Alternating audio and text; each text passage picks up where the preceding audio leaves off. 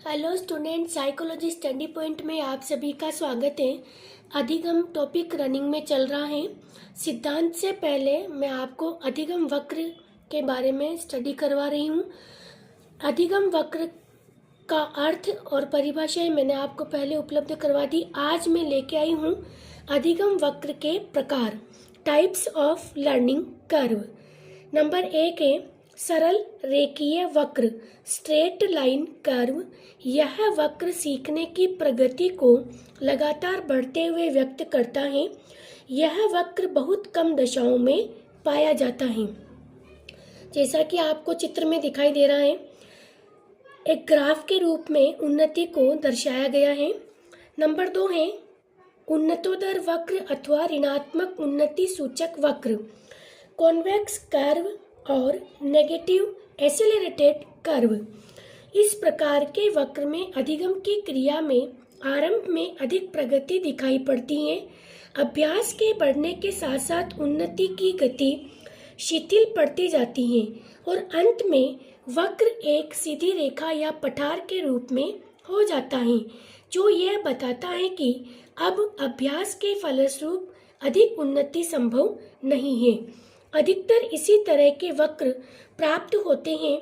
वर्गांकित कागज पर जब ऐसा चित्र उभर कर आता है तो वह ऋणात्मक उन्नति सूचक या उन्नतोत्तर वक्र कहलाता है। चित्र में ग्राफ के रूप में अपन देख सकते हैं। ये मैंने चित्र इसी का बनाया है, सीखने के पठार और कॉन्वेक्स कर्व। नंबर 3 नतोदर वक्र या धनात्मक उन्नति सूचक वक्र, कॉनकेव कर्व और पॉजिटिव एसेलेरेटेड कर्व। इस प्रकार के वक्र में उन्नति धीरे धीरे होती है। जब सीखने की गति प्रारंभिक काल में धीमी रहती है और बाद में सीखने की गति में उन्नति होती है, तब जो वक्र बनेगा वह नतोदर प्रकार का होगा। प्रारंभ में सीखने की गति धीमी इसलिए है कि सीख कार्य से भली भांति परिचित नहीं हो पाया था, उसने सीखने की सही विधि का चुनाव नहीं किया अथवा उसका अभ्यास उचित नहीं था।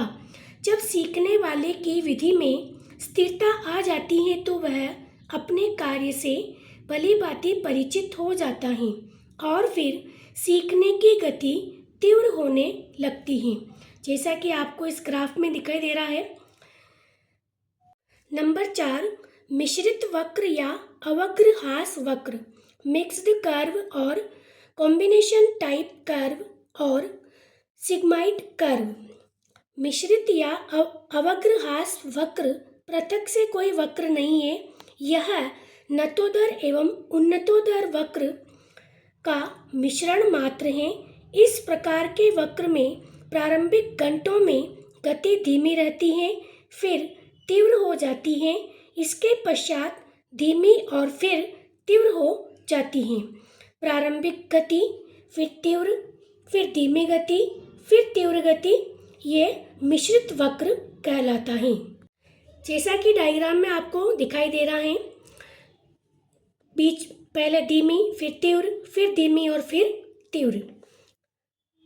अधिगम वक्र प्रभावक तत्व, learning curve influencing factors. Number 1 अधिगम में पूर्वानुभव प्रगति का प्रदर्शन करते हैं। वक्र में बालक द्वारा पूर्व ज्ञान का लाभ उठाने, नवीन ज्ञान प्राप्त करने की क्रिया और उसका परिणाम स्पष्ट हो जाता है। नंबर 2 अधिगम में की जाने वाली क्रिया का यदि अभ्यास मात्र भी हो जाए तो उसका भी प्रभाव वक्र में परिलक्षित हो जाता है। नंबर 3 अधिगम की क्रिया यदि सरल से कठिन की ओर, फ्रॉम इजी टू कॉम्प्लेक्स सिद्धांत पर आधारित होता है तो वक्र पर उसका अंकन उन्नति सूचक होगा। नंबर 4 अधिगम की क्रिया में कुशलता का अर्जन होने पर मापन के समय उसका प्रभाव स्पष्ट प्रकट होता है। नंबर 5 अधिगम की क्रिया के लिए यदि सीखने वाले में क्रिया के प्रति अपूर्व उत्साह है तो उसका दर्शन भी वक्र में हो जाएगा। Thank you.